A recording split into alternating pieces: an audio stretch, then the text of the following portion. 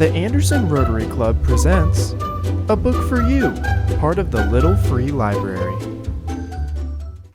My name is Michelle Skeen, and I am reading to you Mr. Duck Means Business by Tammy Sauer and illustrated by Jeff Mack.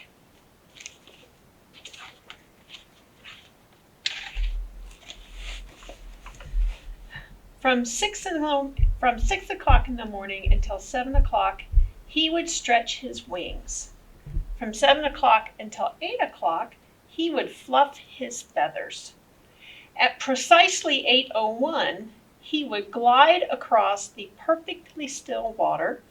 "Ah," said Mr. Duck, "it's so peaceful, so quiet. I have everything I need."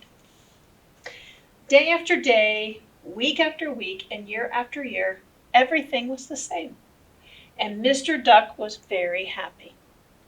Then one especially hot summer day, Mr. Duck had just begun his morning gliding when he saw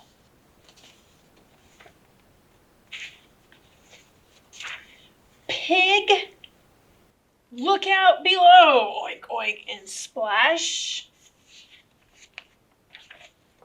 Mr. Duck sputtered, he muttered, he tail-a-fluttered. But Pig did not get the message. Mr. Duck was all set to give Pig a strongly worded speech regarding private property when, "Well, there you are," said Cow. "Let's see your moves," called Pig. "Jump in." "You don't mind, do you, Mr. Duck?" said Cow as he plowed past. "Moo moo and splash." Mr. Duck grumbled. He mumbled. He flip-flop fumbled. But Pig and Cow did not get the message.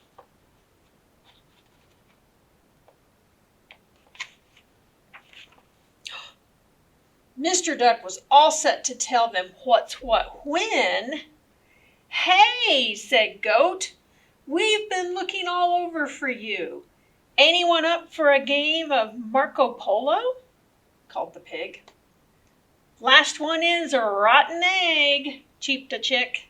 "Come on, Mr. Duck," said Cow. "You're it." The water just got wild. The scenery got crowded, and the peace and quiet, it was gone. Mr. Duck tapped. He flapped. He totally snapped. Quack! And somebody got the message. "Perhaps we've overstayed our welcome," said Chick. "Oh," said the other animals. "Out! Out of my pond!" cried Mr. Duck. "This time I mean business." "So sorry. My apologies. Goodbye for good," said Mr. Duck. "Sorry to have bothered you," said Chick. Thanks for letting us swim in your pond." Alone at last, Mr. Duck returned to his routine.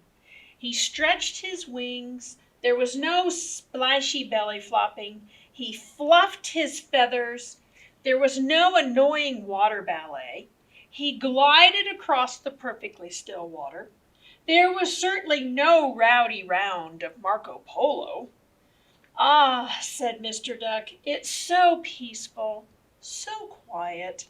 And that's just the way I like it." On Monday, it was quiet. On Tuesday, it was very quiet. On Wednesday, it was peaceful. On Thursday, it was very peaceful. On Friday, and on Saturday, Mr. Duck twiddled his feathers. Peacefully and quietly, of course. And on Sunday, Mr. Duck had a plan. These days, Mr. Duck still loves to stretch at 6 o'clock. He still loves to ruff his feathers at 7 o'clock. He still likes to glide across the still water at precisely 8:01.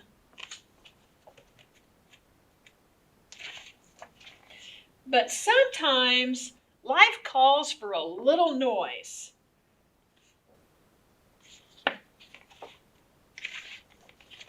Especially with friends.